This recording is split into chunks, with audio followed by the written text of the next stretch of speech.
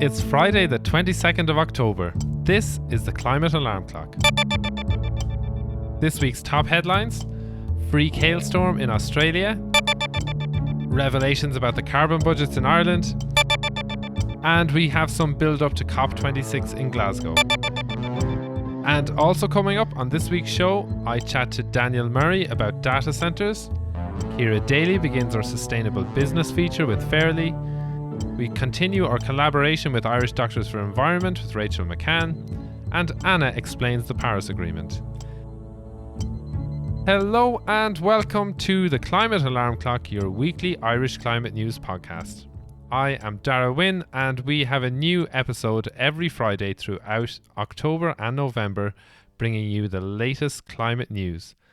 This week we have interviews with experts, explainers, the Irish Enviro event guide. As always, we start with the weekly news, and I'm joined this week by Ciara Tiernan and Anna Pringle. And we'll start off, Ciara, with some freaky weather down in Australia. Yeah, absolutely. There's some weird weather happening down under. There was freak hailstorms in Queensland with hailstones the size of 16 centimetres in diameter. Now, when you think about 16 centimetres in diameter, what comes to mind? Anyone? I don't know. Well, it's bigger than a tennis ball, smaller than a football. Well, but about the size of a grapefruit. Okay. Well, I actually did cheat and do some basic maths to figure out how big that is. And I figured out that's about the size of a size 2 kids football. Okay. Which maybe is the size of a grapefruit. Yeah, I mean, there's a part in the article that described them as very impressive. They were impressive hailstones. I'm sure they would make a big impression on you if they fell on your head. Absolutely. Well, they were making a big impression in Queensland.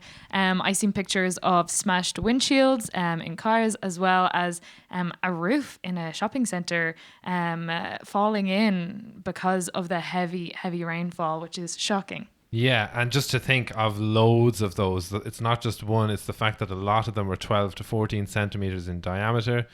And in terms of what that has to do with climate change, well, hailstorms like that have become more frequent and more severe in the recent past as a result of climate change. And while there is some uncertainty about projections into the future, it looks like there is a strong likelihood that there will be more frequent and more severe hailstorms in Australia and here in Europe.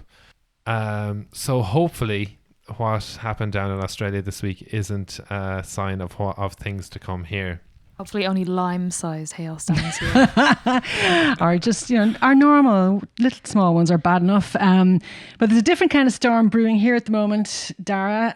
It's not a hailstorm, but it's the carbon budget storm. And there was a lot of coverage in the papers over the weekend about that. So as we have been seeing a lot recently, there were leaks about the carbon budget. Yes. So not leaks in roofs like we saw in the supermarket in Australia, but the Sunday Business Post caught sight of some of the targets that are likely to be included. Yeah, so this leak is sort of indicating what kind of cuts are going to happen in different sectors in Ireland in the next 10 years. So do you want to talk us through what was contained in that document? Yes, well, and we are very used to these days, these kites being flown before things are published, but it looks like the electricity sector will have to do the most heavy lifting, and they are supposed to cut emissions by 70 to 80%. Transport and housing have ranges of 45 to 55% cuts, and agriculture, which is currently our largest emitting sector, they face an emissions cut of 21 to 30%. Yeah, so you can see fairly clearly that housing, transport and industry are kind of around that 50%, and then because agriculture aren't hitting that 50%, then we've more to do in the electricity sector, which is not going to be straightforward, as you'll hear a little later on in the episode when I chat to Daniel Murray about data centres and our electricity supply here. And it's obviously we need to hit these targets and we need to make these targets, but does feel a bit reductionist to me that we can kind of lose a lot of the important benefits by just focusing on this number. So Absolutely, yeah. The IFA have been doing some heavy lobbying, obviously with the government, and even aren't too happy with the emissions cut that is going to be proposed. But I mean, like, if we were talking about emission cuts from agriculture in the context of food sovereignty and increased biodiversity, and better money for farmers, for farmers, it will be something to be proud of and happy about and look forward to. Yeah. Well, I mean, I think the narrative needs to change on this, because it's all about cuts, challenges, sacrifices that have to be made, as opposed to each sector actually making a contribution and actually saying, we're going to step up and show some leadership here and make a contribution to this collective target that we have. Yeah, and to focus on how you can make your lot better at the end of it as well. That it's not just all sacrifice, that it's moving towards something better. It just seems like there's a lot of talk going on without any real plan to get us to reach these targets, and I guess that leads us into the international scene, Anna, because COP26, the UN Climate Summit, is coming up in Glasgow at the start of November. And there's a lot of talk going on around that as well. There certainly is. You're starting to see countries ramping up their PR ahead of COP. We saw the US declaring that they're going to bring a huge delegation, including Barack Obama and Joe Biden. They were criticized for that because everybody's like, just get your climate bill passed, please, instead of showing up in Glasgow. The Chinese announced a biodiversity fund that they're starting to help developing nations protect nature. They're going to contribute 230 million to that to get that started. Then you've got the UK talking about their net zero strategy for 2050. Again, they've been criticised because it's all about electric cars, apparently, instead of taking vehicles off the road. Another thing we've seen is a group of developing countries getting together to say they need more equity in the discussions, which seems fair enough considering that a lot of developing countries can't even get delegates to Glasgow because of COVID vaccines being scarce, etc. So there's a lot going on, and you're definitely starting to see the PR machine revving up ahead of Glasgow. Absolutely. And Greta Thunberg kind of was mocking that PR machine and world leaders for their all talk and their kind of fake commitments. I think people will recognize the blah, blah, blah speech that she gave in Milan just recently. And Pope Francis as well came out on Twitter and was calling for, a big system change and adopting our socio-economic models so that they are humanity focused, and getting life-saving vaccines to everyone in the world, regardless of patents and intellectual property rights. So, I mean, I didn't think that Greta Thunberg and Pope Francis would be cut from the same cloth, but maybe they are. Well, Pope Francis is quite radical in what he was asking for, and asking that governments and politicians work together for the common good and beware of listening only to the economic elite. So it's an interesting message there. Yeah. And also echoing those sentiments then was Morgan Bazilian, a new member of Ireland's Climate Change Advisory Council, who had a slogan saying to make COP boring again. Yeah, I was actually very encouraged with this. His point was that the COP should be all about doing hard, boring, detailed work to figure out how we're reducing emissions and how we're going to make plans work. And his take on it was that celebrities need to just find another venue to burnish their climate credentials. He thinks the COP has more important work to do. Yeah, and funnily, we have had a celebrity finding a very unique place to burnish his climate credentials. William Shatner was up in space. And Anna, this is kind of or not climate story, but it's almost at this stage a not climate story. Yeah, it started off as a not climate story because I was very struck by, as William Shatner went into space last week, there was no mention of climate change. It was all about, Jeff Bezos and his Blue Origin rockets and making space a place for business. And it was very striking, the lack of climate change coverage.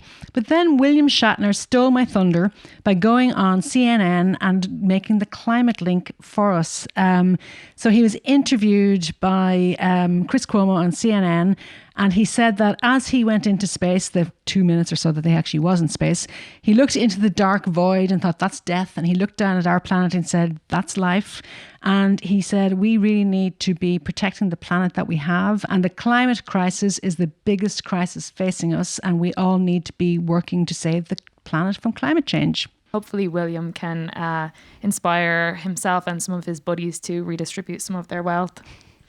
What do you reckon? Well, are you looking for a sponsorship for the podcast? Please, William, sponsor me. Live long and prosper, as Spock used to say. Great. I think that is it from the newsroom for this week. You are listening to the Climate Alarm Clock, Ireland's weekly climate news podcast. And still to come, Anna explains the Paris Agreement. Ciara will be back with the Irish Enviro Event Guide. We start our new sustainable business feature with Fairly and continue our collaboration with Irish Doctors for Environment. But now we're going to look in a bit more detail at a topic that's been in and around the environmental news for the last few weeks, and that's data centres and our electricity grid. We've talked a bit about data centres in the Mean Bog story, but to find out more, I spoke to Daniel Murray, political correspondent for the Sunday Business Post and host of 5 Degrees of Change podcast. He's written extensively about data centres and our electricity grid, and in an article published in the Business Post on the 3rd of October in relation to data centres and predicted electricity shortages this winter, he referred to Ireland's energy policies as disjointed. So I started by asking him what he meant by that. Yeah, thanks, Darragh, and thanks for having me on the podcast. I'm a big fan, and I'm delighted to see you guys back. So basically, what I was saying in that article, I was referring specifically to the electricity system, because energy policy obviously goes much wider than our electricity system. But when it comes to the electricity system, there's been a very obvious kind of disjointed approach in recent months and years. And that disjointed approach has to do with the two fundamentals of energy policy, supply and demand. So on the one hand, we're talking about supply, and we're talking about wanting to convert ourselves towards a renewable electricity system and to decarbonize. And as part of that, we're going to see a shutting down of older, dirtier fossil fuel generators. So we have a big coal generator here in Ireland known as Moneypoint. You know, we used to have peat generators here. We have a lot of gas generators, and we even have oil generators as well. And these make up the basis of our electricity system at the moment. So to move to a lower carbon system, we need to retire a lot of those, and we need to ramp up the renewables, so wind and solar that are on the grid. But on the other hand, then there's the demand side of things, and demand is shooting up quite dramatically.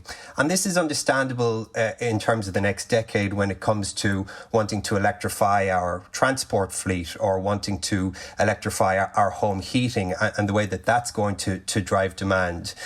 But on the other hand, the main area where we're seeing demand actually grow is from data centers or what we call industrial energy use, but primarily coming from these data centers. And over the last 4 years, data centers have increased energy demand by around the volume of about 500,000 homes. So like a huge volume of demand that has grown. And in comparison with all other sectors other than data centers, it has grown by that much, while other sectors have remained relatively flat. So we haven't seen the demand from the electrification of our society for climate reasons even start to take off yet. So that's what I mean when I say there's kind of a disconnect between these two policies. On the one hand, we need decarbonisation. We need a kind of a low energy demand model as much as possible. And on the other hand, we have very much a government policy-led growth in industrial electricity demand from these data centres, which is fueling the kind of digital economy. So just to follow up with that, Daniel, that with the increasing demand, we don't have the renewables to supply all that new electricity we need. So it's making it harder for us to shut down those fossil fuel energy generation plants. Yeah, exactly, Darragh. You've hit it right on the nail, right on the head there. So, when a big report came out a couple of weeks ago from AirGrid, which is their annual generation capacity statement, which looks ahead kind of at the 10 years ahead at energy demand versus energy supply. And they effectively said, because of the growth in data centers, but also because of some other factors, we were going to see a mismatch between supply and demand in the next 3 to 4 years. And to plug that gap, we're going to have to get emergency gas fuel generators into the country. And those effectively, over the space of maybe 3 or 4 winters, are going to ensure that we don't have blackouts. Okay, so you've talked about unnatural growth in relation to data centres on the one hand, and then on the other hand, the government have classified data centres as strategic infrastructure. What does that mean, and what are the implications? Yeah, so back in, I think it was 2017, 2018, there was an amendment to the Planning and Development Act. So this is all around our kind of planning permission infrastructure in Ireland and the process for getting planning permission. And under that amendment, data centres were designated as strategic infrastructure. Now, strategic infrastructure already exists as a designation. It happens for roads, it happens for other big infrastructural projects. And basically what it allows is, it's a kind of a separate process. It allows fast-tracked planning permission, and this is so that you're able to get big infrastructural projects done easier, and it means that the likes of data centres, once they're put into this category, will be able to avoid planning permission at the local authority stage, apply directly to on board Planola, and therefore hopefully from their point of view have a much easier route to actually getting the infrastructure built. So when I hear strategic infrastructure, I think that the work that the centres are doing must be of national importance. So is the data stored there of national importance? Is it trivial stuff or a mixture of everything? I mean, it's a very good question, and the answer to it really is we don't know. I always I'm reluctant to come across just, as knocking data centers the whole time, because, data centers do provide incredible services. I mean, they're the backbone of the digital economy that we've all become particularly used to during COVID, and me and you right now are talking online over a Zoom call. But the point is that we don't actually know the divvy up of that data and how it's used. We do know that the boom in data over the last decade has not just been as a result of the growth in digital services and the actual hosting of those services, but it really has to do with the collection, the storage, the mining, and then the packaging and the sale of personal data, personal metadata, which is generated in huge volumes in nearly any activity that you pursue online, and lots of activities that you pursue offline now as well, for anybody that might have an Alexa device or a Google Home device in their homes. So there is a separate debate which I don't think has been had, and that is about how much of the volume of power used for these data centers is being put to a good use. That was Daniel Murray from the Sunday Business Post, and I had quite an extensive chat with Daniel about data centers and other climate issues, and we'll be releasing an extended version of that interview as a standalone bonus episode in the future. But right now, you are listening to the Climate Alarm Clock, Ireland's weekly climate news podcast. You can follow us on Instagram and Facebook at Climate Alarm Clock, and on Twitter at The Climate Alarm. If you have a story to share, a climate event to promote, or would like to collaborate with us, you can also email us on climatealarmclock@gmail.com. Please subscribe and review the podcast wherever you listen. And now it's time for the Irish Enviro Event Guide with Ciara Tiernan. Hello and welcome to this week's Irish Enviro Event Guide for the 25th to the 31st of October. Here at the Climate Alarm Clock, we are clearly news nerds and passionate about climate change coverage. And if you are too, the Dublin Climate Action Regional Office and DCU are hosting an online event asking, are the media doing their job on climate change? This event is taking place on the 28th of October at 6 p.m. Register on eventbrite.ie. Art and performance has been recognised as playing a significant role in protecting the environment through creating social change. And there are 3 events taking place this week where you can get involved and tap into your creative side. In Galway, the Gort Resource Centre are hosting an art-based participatory action research workshop. If you're interested in community, art and education as a way to make social and ecological change, then this event is for you. It's taking place on Thursday the 28th from 7 to 9 p.m. In Cork, at the YMCA on Marlborough Street, you can learn how to write and perform spoken word poetry. You'll also have the chance to experience spoken word poetry as an action against local and global injustices. This event is for young people aged 15 to 18 and takes place on Thursday evenings from 7 to 9 p.m. If you're in Dublin and sick of plastic like me, the National Geographic are hosting an outdoor exhibition at Harbour Plaza, Dunleary, from now until the 12th of November. The exhibition, titled Planet or Plastic, asks, how did we get here and how can we be part of the solution? These events are free to attend and you can register for the workshops through eventbrite.ie. The spirit of Halloween is coming to Finglas and Ballymun thanks to Dublin's Rediscovery Centre. The event takes place on Friday the 29th and is aimed at children aged 6 to 12.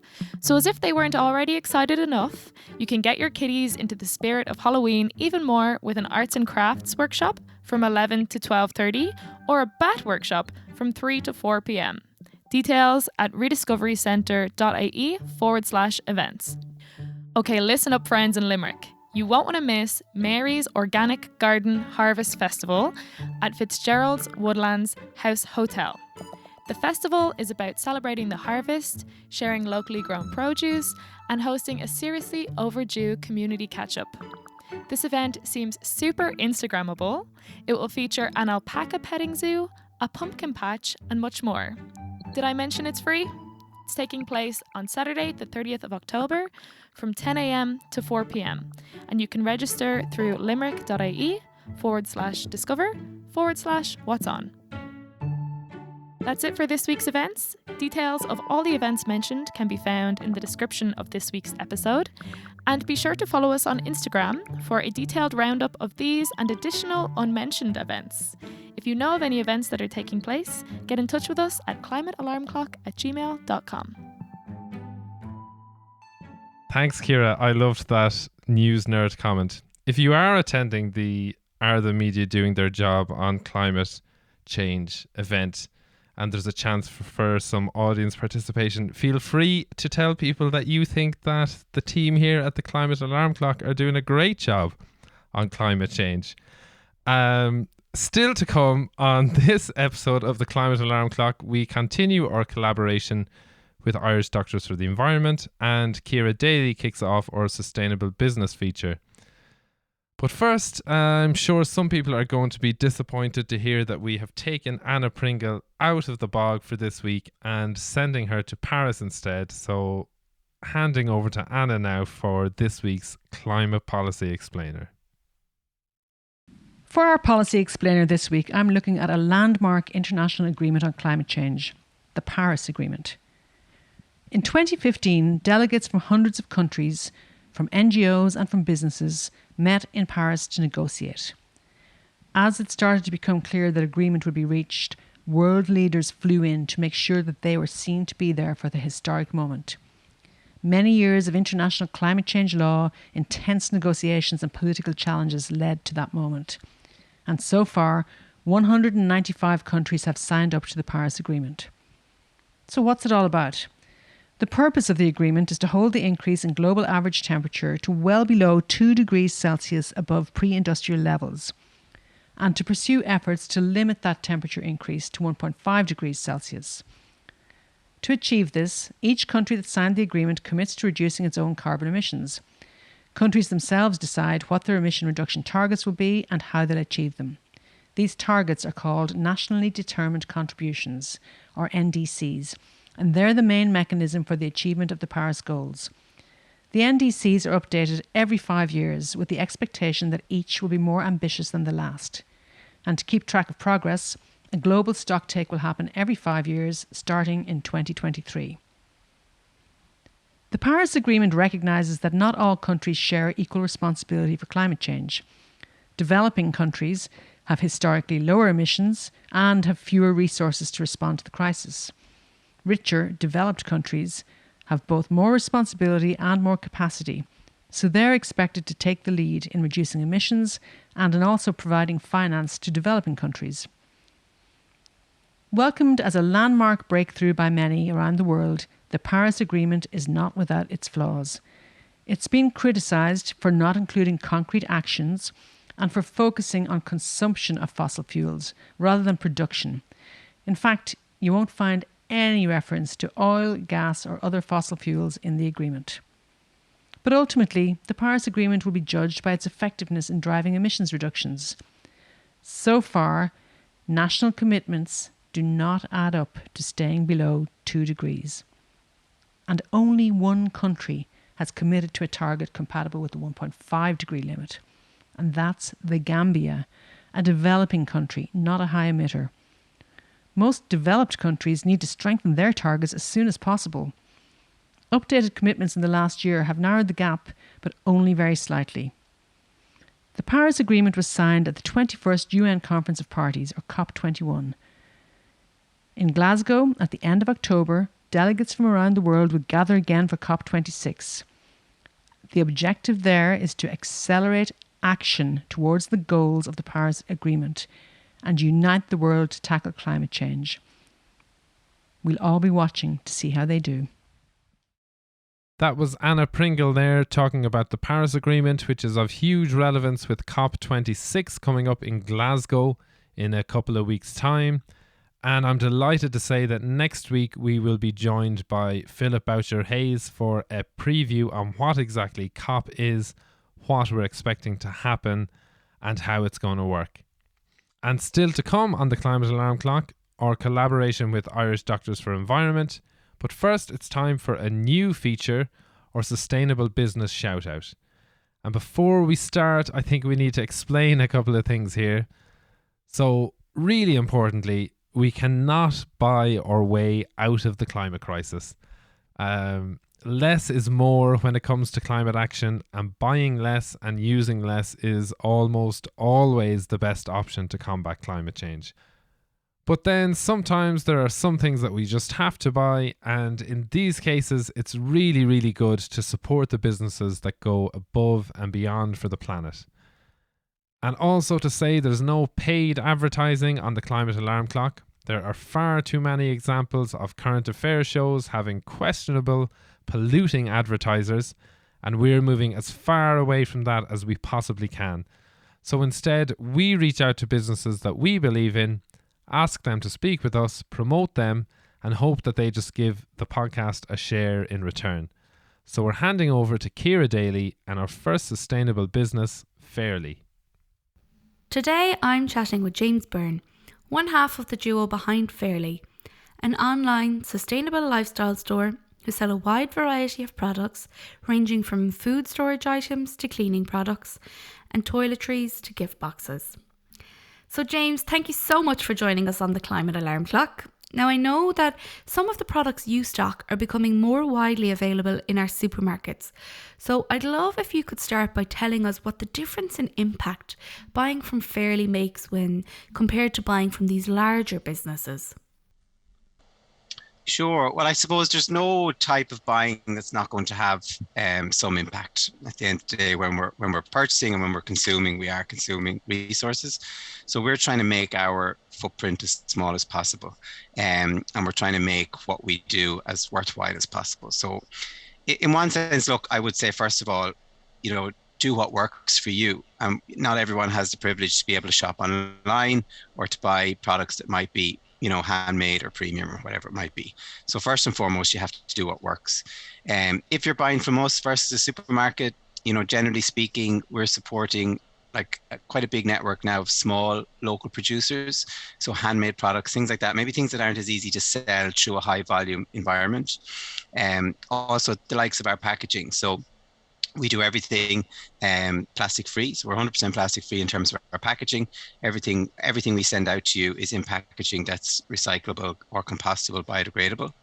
Also, our suppliers, that ethos flows through to our suppliers. So we don't stock products that come in plastic packaging or that come in unnecessary plastic packaging. We do bits and pieces of plastic that currently can't be removed from the product, but that should be like an absolutely tiny percentage of what we do.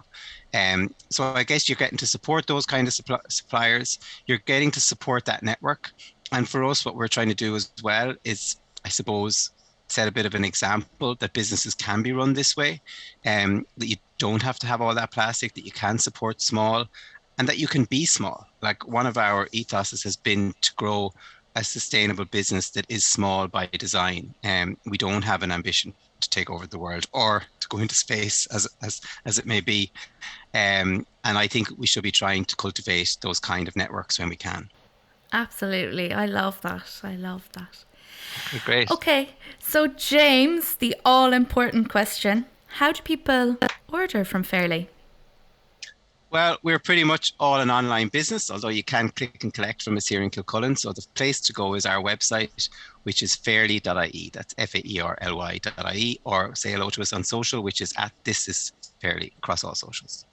Brilliant. Thank you so much. Thanks, Ciara. That was Ciara Daly with the Sustainable Business feature. If you know of any businesses that you think are doing great work for the planet and should be given a shout out here, you can reach us on Facebook and Instagram at Climate Alarm Clock, on Twitter at The Climate Alarm, and by email on climatealarmclock@gmail.com. Finally, on this week's episode, we continue our collaboration with Irish Doctors for Environment, where I speak to Dr. Rachel McCann about the links between infectious diseases and the environment. And we started the chat with Rachel introducing herself. My name is Rachel McCann. I've been working with Irish Doctors for the Environment for the past few years, but I'm also a trainee in infectious diseases, working here in Dublin in St. Vincent's Hospital. Thanks for that, Rachel. And so we're going to be talking about zoonotic spillover, which is a term I think a lot of us have become familiar with from COVID, where we've heard how COVID came from bats. So is zoonotic spillover where a disease is found in one animal and then manages to jump to another animal? Exactly. And I suppose this can happen for a number of reasons. The kind of biggest factor is the proximity of different animal species. And when some animals live too closely to another, that can facilitate spread. For example, in the Ebola epidemic in West Africa, probably happened because bats, which are the carriers of the disease, had moved into new habitats because their previous forest habitats had been destroyed due to deforestation. So as you mentioned deforestation, we're starting to see the links there between zoonotic spillover and the environment. So do you want to speak a bit more on that? Yeah, I suppose as well as the proximity of animals and animal species, biodiversity is also important, because with loss of biodiversity, you have a larger number of the same animal species living together. So that can also facilitate different spread of disease. It also forces animals to migrate and potentially contact other animals or people that they wouldn't previously have faced. Thanks for that. And staying on the topic of infectious diseases, but moving away from zoonotic spillover, we're seeing diseases like malaria, Lyme's disease, and dengue fever already being affected by climate change. What exactly is going on there? Yeah, I suppose it's important to think about that separately, because as climate and temperature changes, it has different effects. So with increased temperature change, so hotter climates, we have seen spread of different diseases such as Lyme disease, as you mentioned, malaria, and other kind of more obscure ones like dengue and this thing called Vibrio parahemolyticus. And that's because these vectors, so vectors is the species, usually insects, where we get bites, they find new areas that they can now live in because the climate is more favourable. Yeah, so on the one hand, it's clear we've got another issue to be worrying about when it comes to climate change. But then on the other hand, it's just more motivation to restore biodiversity and reduce emissions, because that will actually help us to reduce the likelihood of another pandemic in the future. Absolutely. I think actually creating biodiversity and protecting it is one of the most important measures we can take. As I mentioned before, the zoonotic spillover, having a rich species biodiversity helps prevent these common interactions that would lead to a spillover of one pathogen to a new species. But it also creates a healthy living ground for other animals and species to thrive. And then again, away from that, the human behavior, COVID-19 has shown us that we can take action and it can be global, and, one person's action today does affect everyone else. That was Dr. Rachel McCann, and keep an eye out for an extended version of that chat, which we'll be releasing at a later date, where we talk more about the COVID climate connection. And if that's of interest, then you might also like our previous podcast, The COVID Alarm Clock, where we asked if COVID could be a wake-up call to take real climate action. But that's it for this week. Just a reminder of the actions you can take. You can check out some of the events from our event guide, or you can have a look at Fairly's website and see if there's anything ethical you can buy. We'll be looking more and more at COP26 in the next couple of weeks, and letting you know well in advance that the COP26 Coalition Ireland are organising a March for Climate Justice on the 6th of November at 12 o'clock at the Garden of Remembrance. There will be lots of people there from all parts of Irish society, all united in calling for real action on climate change, and I'm guessing none of whom have been to space. You can follow us on Facebook and Instagram at Climate Alarm Clock, and on Twitter at The Climate Alarm. You can email us on climatealarmclock@gmail.com. Next week we'll be back with the news, feature and events. Anna returns to her Mean Bog story, and I preview COP26 with Philip Boucher-Hayes. Until then, goodbye.